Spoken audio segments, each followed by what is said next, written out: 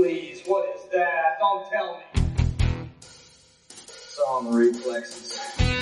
You're listening to All in the Reflexes, an unrepentant vivisection of geek news and culture. It's all in the Reflexes. With the comedy rock geek Mikey Mason, the Brack of all trades Jeb Brack, Madison Metricula Roberts, and tech guy Steve. It's all in the Reflexes.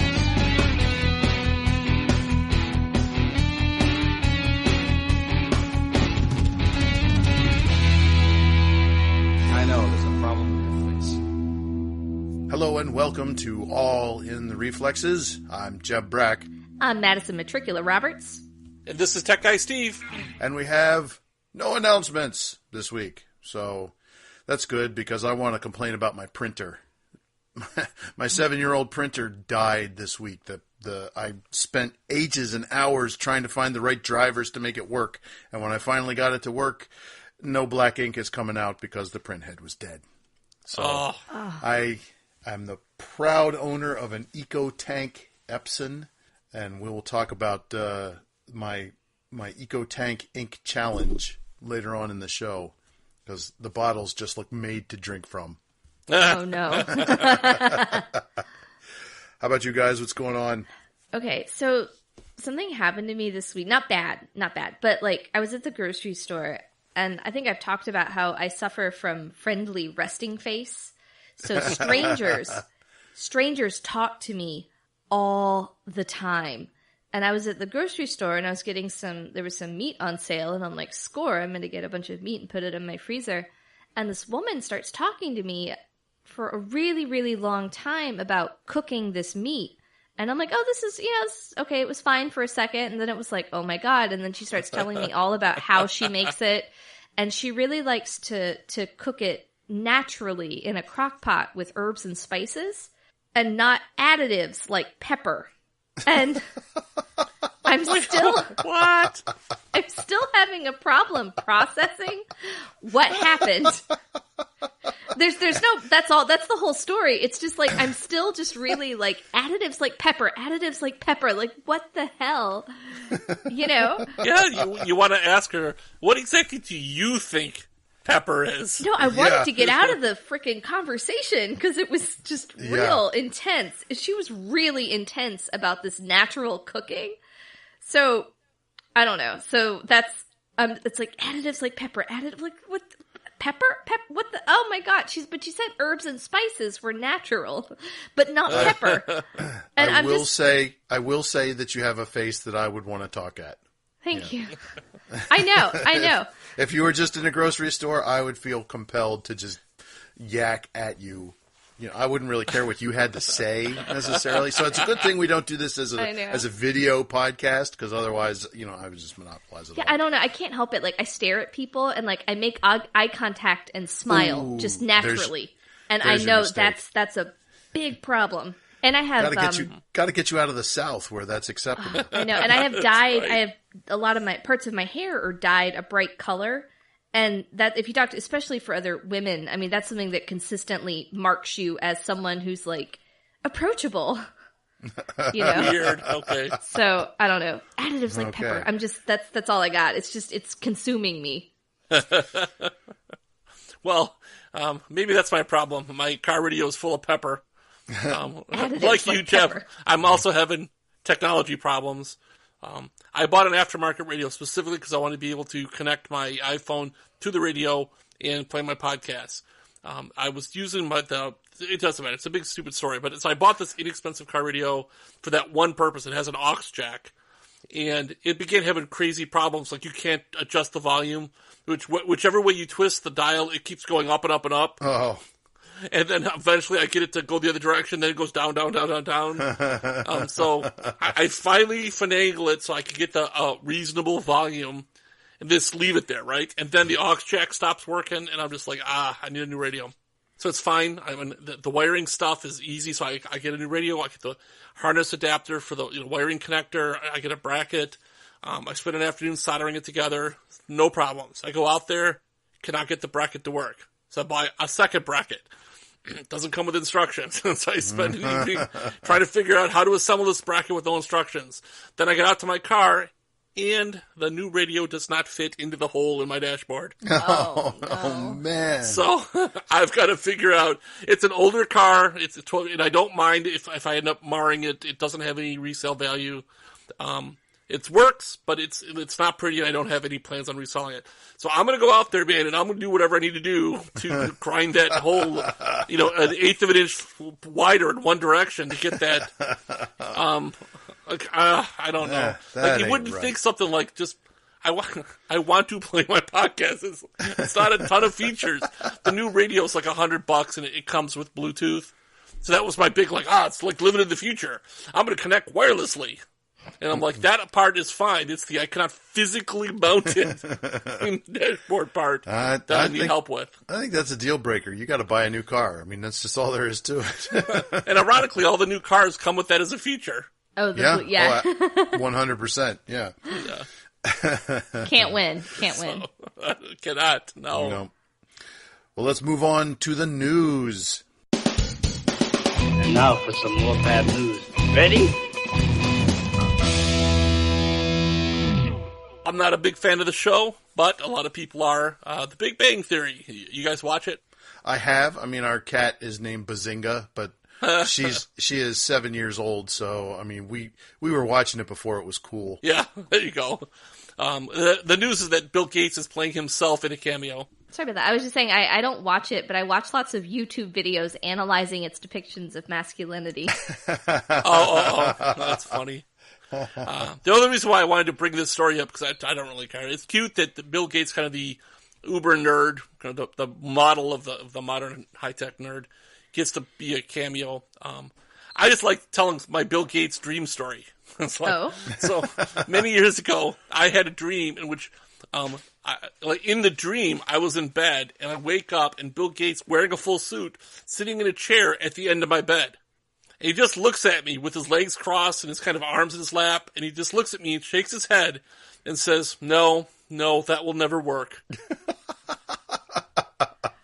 I wonder what that means. That's the whole dream. I love it. No. Additives like pepper. All right, let's get to the real news here, okay? Who here saw Black Panther already? Me. Gonna go see it again tomorrow, too, I think. Ooh. But it has already made more money in the U.S. than Justice League did in its entire 3-month run. It is breaking all records for amount of money made by a film with a black cast, a film with a black director, a film with anything to do with black people at all. It's just I thought it was not just a great superhero movie. I thought it was a great movie, which I think has a lot to do with it. I'd agree with that. There's just so many great things about this picture. I am usually a nitpicker. I love to find the things that are stupid about a movie. And I usually, after, maybe even the first night I won't, but this one I still don't really have anything. No, and we can discuss a little further, and there's a problem with your face.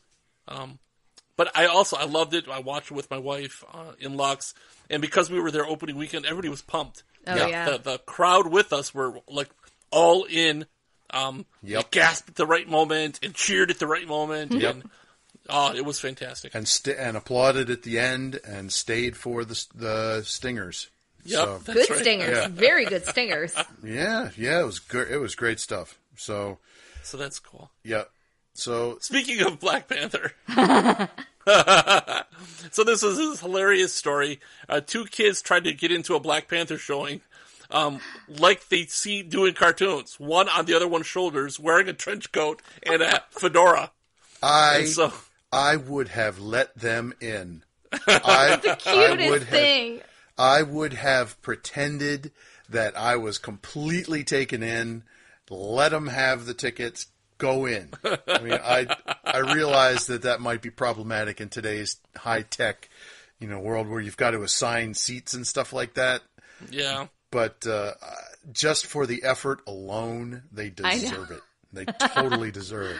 Yeah, and we have a photo. I'll post it to Facebook later. It's so cute to see them. I don't know. Like, I'm Mr. Very Tall Man. They're twice as tall as a normal human being. I mean, because it's not like they're little kids. I think they're teenagers. So and the skinny legs at the bottom. Yeah, that's right. They cannot possibly support the. I can't quite tell from the picture, but I mean, they look somewhere between 11 and 13. Mm-hmm. Yeah, but there's a 13-year-old in my karate class who's as big as I am. Oh, I'm sure. So anyway. There was this. Can I throw this out there? Yeah. I used to work with a woman whose 12-year-old son looked like he was 19. And he was a really quiet guy, but he was just really tall, broad-shouldered young man. And her complaint was that 18 and 19-year-old girls would hit on him. Sure. Oh, yeah. And this 12-year-old boy had no idea what to do, just turned crimson red. And then she would have to zoom over there and be like, he's 12. He's only 12. Leave him alone. Oh, no, those poor women, too. Like yeah, they didn't know. There's no way you would know just looking at him. Yeah. All right, so we're all familiar with Star Wars, with the Star Wars quotes, that show up in every movie. I've got a bad feeling about this. Things like that. But everything's okay here now. Yeah, that's right. We can all repeat. Never tell me the odds. Here is a Star Wars quote that has been heard in every single Star Wars movie. That was good. That was a good one. It's the Wilhelm scream. They have put that in every Star Wars movie, but it looks like they are retiring that tradition, that they are not going to be including the Wilhelm scream in future movies. So, I don't know. It was fun. It was a fun thing when not everybody knew what the Wilhelm scream was. Right. I think that's what's ruining it for people is. Yeah, because now it's not just Star Wars; it's everywhere. Yeah, every damn thing. Yeah. So we got a video here where you can watch a compilation of every Wilhelm scream in Star Wars episodes 1 through 7. It's good stuff. Good stuff. And you will learn what it is. But I like the compilations where it's all the Wilhelm screams from different movies. Dating back to the westerns and stuff. Where they would put it in. It's cute, but that's how I learned to imitate the Wilhelm scream, was by watching those. So. Well, I don't even know what to say about this next one. Terminator is coming out with a 6th movie. Filming begins in May. A lot of questions, because apparently, though I didn't see it, wasn't even hyped up about it. The Terminator Genesis kind of rewrites some of the history, some kind of time loop, paradox, erasing what we've seen in previous movies. And so they're asking, so does 6 pick up from there? Because if that happened, then nothing else did. And so if you want this to be continuous with the previous movies, you have to ignore 5 as if it never happened. I don't know. It's turned into kind of a mess. The storyline is a tangled mess. Yeah, and I thought that the story really was pretty much finished. Didn't really need it. Didn't really need anything else. And they keep doing. But James Cameron is coming back as a director, and he's got a lot of pull in Hollywood. So director or producer? Because it says here that Deadpool director Tim Miller is going to direct Terminator 6. You're right. It has to be as a producer. You're right. Yeah. So, well, I mean, good director, and of course James Cameron has a golden touch. So, I just can't muster the will to care. Nope. Yeah, exactly. Me neither. Terminator fatigue. It's a common syndrome. Well, I have some highbrow news. They just announced the Nebula nominees. The awards are going to be announced in May. But I just wanted to highlight a couple of the nominees this year are Mur Lafferty, who's local to me. And she's a past guest at Logicon, the convention that I'm heavily involved with here in Raleigh. And a former and sometimes podcaster. Yes. She's her big one is I Should Be Writing podcast and Ditch Diggers for writers in the field. And also nominated is Annalie Newitz from Ars Technica and IO9. She's also a writer, and she's going to be next year's Logicon guest of honor. So we pick them good here in Raleigh. But the cool thing is in the link that we have in the show notes, a lot of particularly the short fiction and novellas are available to read for free online. So that's cool. Yeah, and that's one of the cool things. Like, not so much the novels, but a lot of the short stories are available for free. So if you want to kind of read some good award-nominated stuff, and, Nebula is one of the big ones, you can find it and check it out. So Cool. it's a good little Excellent. sampler of modern fiction. Excellent. Well, let's move on to trash some trailers. This will make for one epic trailer. So, I don't know, man. So, when I grew up, I loved Lost in Space. You guys remember that at all? It of was, course. yeah, I remember, I'm a little younger, but it was in syndication on FX That's when I was... Me too. Yeah. It ended in 1968, and Yeah. I was before I was born. But I definitely watched the reruns that were played endlessly. Yeah. And what I remember is it scared the crap out of me. I was really little. So the monsters in Lost in Space were terrifying to me. It's like, you look back at it now, you're like, that's really, really cheesy. It's a dude in a suit or a mask. And, Oh, no, but man. when you're like 6, 7 years old, man, that was the bomb. The original sure. King Kong scared the crap out of me. I mean, Yeah. and look, that's so cheesy. I mean, you look at it now, it's like, how did that convince anybody? But, I was terrified of The Little Mermaid. oh, So, I mean... I'm still terrified of that. But yeah, and you'll remember that I recently did a overdue review of the Lost in Space movie that they made in 1998 that sucked. Oh my God, it sucked ditch water. It was so bad. And so, with all that in mind, we got the good and the bad. There's the trailer for the Netflix sci-fi series Lost in Space. Yeah, brand new 2018 series. Featuring the spacesuits from The Martian. I just recently rewatched The Martian, and when I saw this trailer, I'm like, hey, they're using Mark Watney's suit, man. Oh, that's cool. Yeah. They are more realistic than the silver lame Jumpsuits. spacesuits. Yeah. Yeah. You can't beat that kind of fashion. I thought so. The trailer was okay. It was just a teaser trailer, kind of to show you the look and feel of the show. Sure. But I thought it was interesting. They don't show it in the trailer, but the IMDb listing lists that Dr. Smith is kind of the antagonist. I always thought he had a fascinating character because he's with them. They take him around with them as they travel, but he's also kind of the bad guy, sort of. Well, he was a saboteur originally. Yeah, the stowaway saboteur, yeah. Right, but now they need each other to survive, but he's always looking for the angle to And puts sell them himself out first. Yeah, and get himself home. Yeah, so that's why I thought it was interesting. Like, that was actually kind of a complex character, which is typically a very, straightforward, simplistic show. Mm-hmm. But anyway, so the news is, in the new one, at least according to IMDb, the role is being played by Parker Posey, a woman. Sweet. I don't see The why original not. was Jonathan Harris. Well, I actually had a theory, but I haven't heard this from anyone. I'm pulling it out of the air. Love it. But people were, especially with today's sensibilities, were weirded out by the kind of older, creepy man befriending the young boy and going off all the time with having adventures and trying to side kill deals him. and don't tell your parents. Yeah.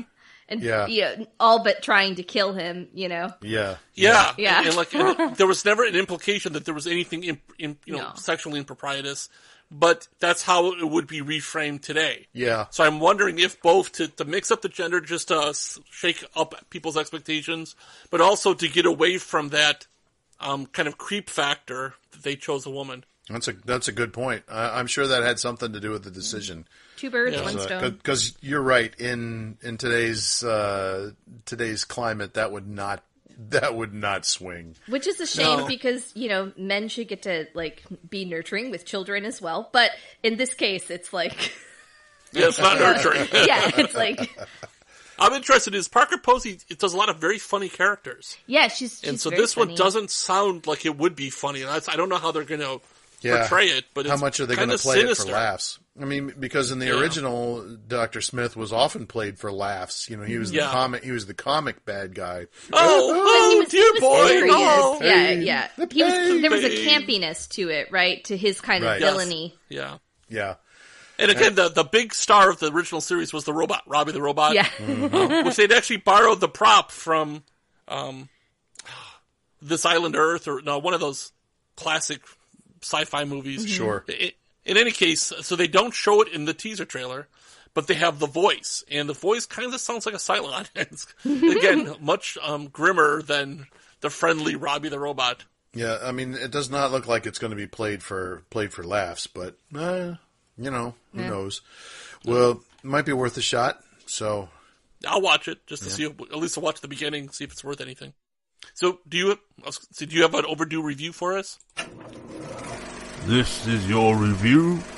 Well, you're late. This is a little late getting it in. It's true. This is a movie that dates back to 1986. Wow, this is overdue. Yes, indeed. Yes, indeed. Dang. Did either of you ever see the movie Running Scared with Billy Crystal and Gregory Hines as buddy cops in Chicago? No, it doesn't ring a bell. That's... Oh, No. my God. I remember seeing that when it came out, and it was, a hit action comedy, right? Well, recently rewatched this thing, and it is the epitome. I mean, if you want to see a terrible 80s buddy cop movie, this is it. Starting with the theme music. It is so 80s pop that never went anywhere. It's pop songs that were obviously written, were trying to be promoted through this movie, but never went anywhere because they sucked. And the plot is just so stupid, and it just doesn't. However, it has such a good cast that it is totally watchable. I mean, really? Yes. Really? No yes, way. it is full of, I know that guy. So you got Billy Crystal and Gregory Hines as the buddy cops. Great. You got Joe Pantoliano as one of the villains. Joey Pants from The Matrix and Risky Business. You got Dan Hedaya as their captain. You got Jimmy Smits as the main villain. Huh? Jimmy Smits, come on. I mean, this is That guy. Yeah. Yeah. It is a great cast. And so Bail there's Organa. there's some really funny, genuinely funny stuff in it. Gregory Hines and Billy Crystal are really funny. So as a little time capsule of the 80s, I totally recommend Running Scared. It's this movie that never did much, but it's out there. It's out there. And it's on Amazon Prime if you've got that. And I'm sure you can find it other places too. So there you go. Running Scared, 1986. Totally, and just don't worry about the plot. just know. Let's move on to the budget bin. Madison, have you been playing any games? Big fun. Small price. I have been playing some games. Wait a minute. Why are there Thundercats on my screen? They look like really buff Thundercats. For sex. What is... Oh, of course. So I've been playing Nekojishi, which is a furry-themed visual novel / dating sim. This one won't break the bank because it is free. You can get it on Steam, or you can go directly to the publisher's website, Orange Juice Dog, and download the explicit uncensored version, also free. This came out November 2017, and so I love visual novels and dating sims. I think they're really fun. This one, I was like, oh, it's got anthropomorphic buff human cat dudes as the characters, and then I started playing it, and I don't know why it didn't occur to me until I was already playing the game, but I'm like, I think this is a furry game, I don't know why I just, like, Richard saw it immediately, and he was like, baby, why are you trying to bang furries? And I'm like, oh, you're right. But, alright, it is the most educational smut game I have ever played. So, it's about... In what way? Let me detail this for you because it's amazing. So, it's based on Chinese traditional folklore about tiger guardians. So you are a young student. You, your name is Liao, which I think is a play on Leo, so I pronounce it Leo. So you are Leo. You are a student. You have, you come from a family of, that, like, protect, like, the shrine, so you have a little cat god statue. But you do, you're a dance, there's so much going on. Okay, Leo is a dance major at college. Okay. And he does this ritual dance that unlocks as a performance, that unlocks his ability to see spirit creatures. So finally, he can see the buff tiger guardian that's been living with him his whole life. And he's really confused. And this is the tiger. Okay, so this is the buff one. This is like Gaston buff. Like, it's just the big buff, very buff. There's so many abs. Big pectorials. I think the thing that's upsetting me the most is the nips. Oh yeah, they are anatomically correct for humanoid lovemaking. And I'm sorry I'm so scattered. It's just, there's so much happening. So then their first conversation that he has with the tiger is, the tiger's like, oh, I know all of your proclivities. And they start talking about, like, his, like, computer porn habits. Because he can name every file on the kid's computer. And it turns out your protagonist, Leo, is a gay furry enthusiast. And what he really wants is so that's, okay, so then, knock, knock, knock on the door, and a mysterious stranger appears who is also it's like a snow leopard with a big, like, Khal Drogo kind of strong, silent type tattoo from another rival shrine that also wants this seer kid, Leo, to come help his shrine because now they're all fighting over him because there's finally someone that can see them. And you're really confused. But then your phone rings and your senpai from college is going to come over with some food for some reason. And you're like, oh no, what am I going to do with all of these magical cat creatures? But he can't see them. But then you open the door to see your senpai, and it's a spotted cat. It's like I can't remember what kind of cat he is, but he's also a cat. And you're like, why is senpai a cat? And it turns out that your senpai is being possessed by another spirit cat who is here to fight for you. And then they all want to sleep in your bed. And then you have to pick one to sleep in your bed, and then there's, like, some weird licking stuff, and then you have to all go to school together. That's as far as I've gotten. It's amazing. It actually sounds interesting because the plot is convoluted and different. Oh, and I didn't even get to the educational part.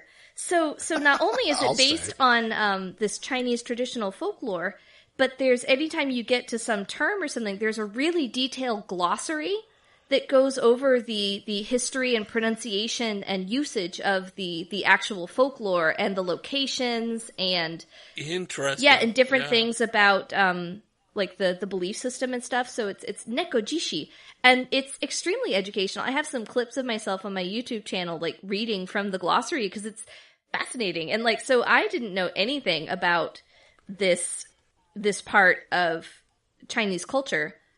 And it's fascinating. I imagine that they kind of added in the part where they're, like, horny DTF cat men. Yes, yeah.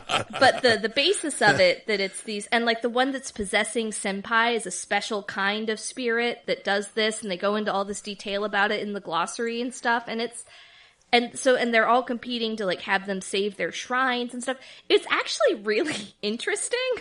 And there's furry cat butts. Like, man cat butts, not like a cat butt. And I'm still looking into the differences between the not safe for work and the censored version. But I think there might be full frontal. So I've come to terms with the fact that I'm not necessarily a furry, but I am not opposed to seeing these sexy cat beast men disrobed. Oh, and there was this whole, I'm going to stop after this, but there was this whole scene where, like, one of the sassy one, like, hid the protagonist's clothes because he had to go take a shower with all these cat people in his apartment, and he happened to forget to bring his clothes to the bathroom, so he had to ask them to, oh my gosh, it's like, it's everything that I've ever wanted. And it's free. It's free. And it's actually really cute, and you'll really learn something. So it's called Nekojishi, and that's Nekojishi.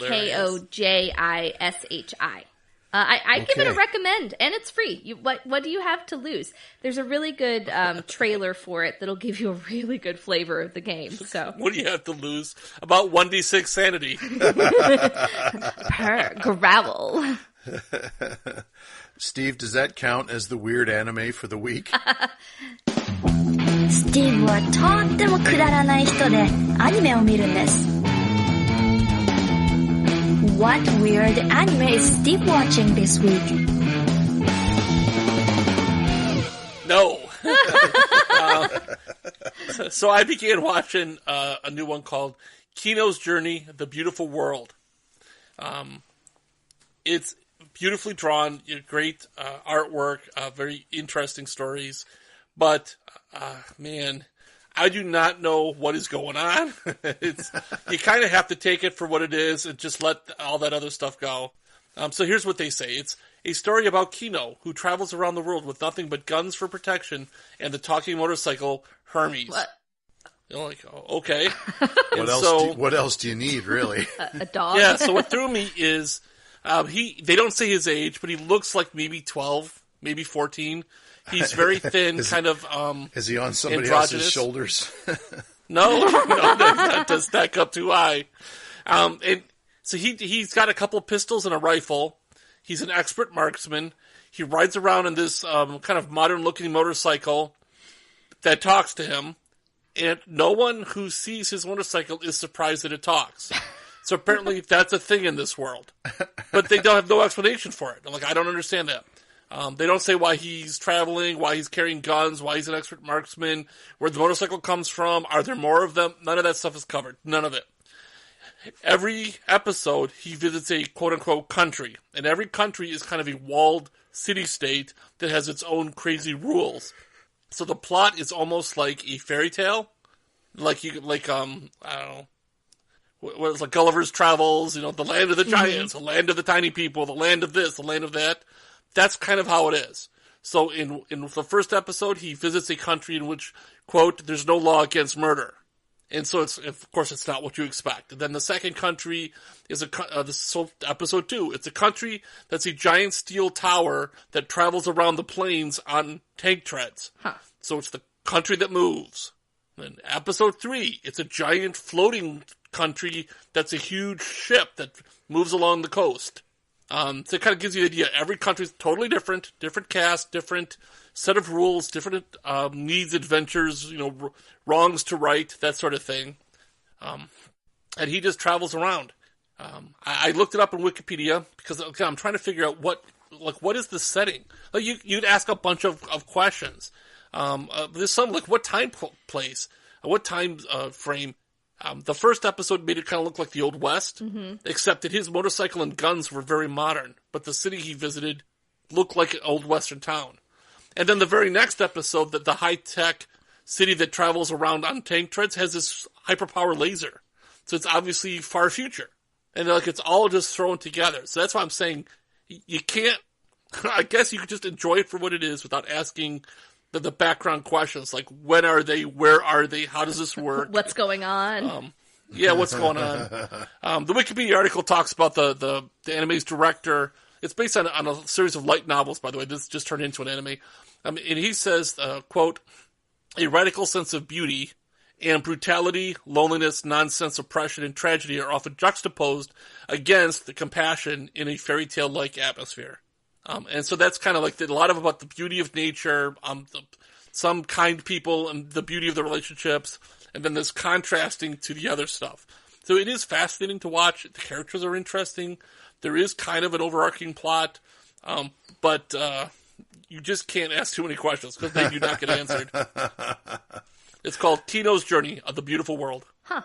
And that is the end of our beautiful podcast for the week. If you would like to follow us over to There's a Problem With Your Face, we are going to be talking Black Panther and ice cream and gynecology, evidently, is what I'm looking at on the show notes. So if you've got an interest in either of those two things, or maybe all of the above, who knows? You should come on over and join us, and Steve will tell you how to find us. Well, first you get on your talking motorcycle. No, you don't need a talking motorcycle. You go to our website, aitrpodcast.com. There's links for show notes, everything we discuss, links to our social media, and a link over to Patreon, where for a pledge of as little $1 a month, you get twice the content. And oh boy, is it ever so good. Mm-hmm. It's like two skinny guys stacked on each other talking about wearing a stuff. trench coat. Yeah, wearing a trench coat. And a fedora, my lady. Yeah, that's right. My lady. So we hope you will join us over there. Until then, I'm Jeb Brack. I'm Madison Matricula Roberts. And this is Tech Guy Steve. And we'll see you next time.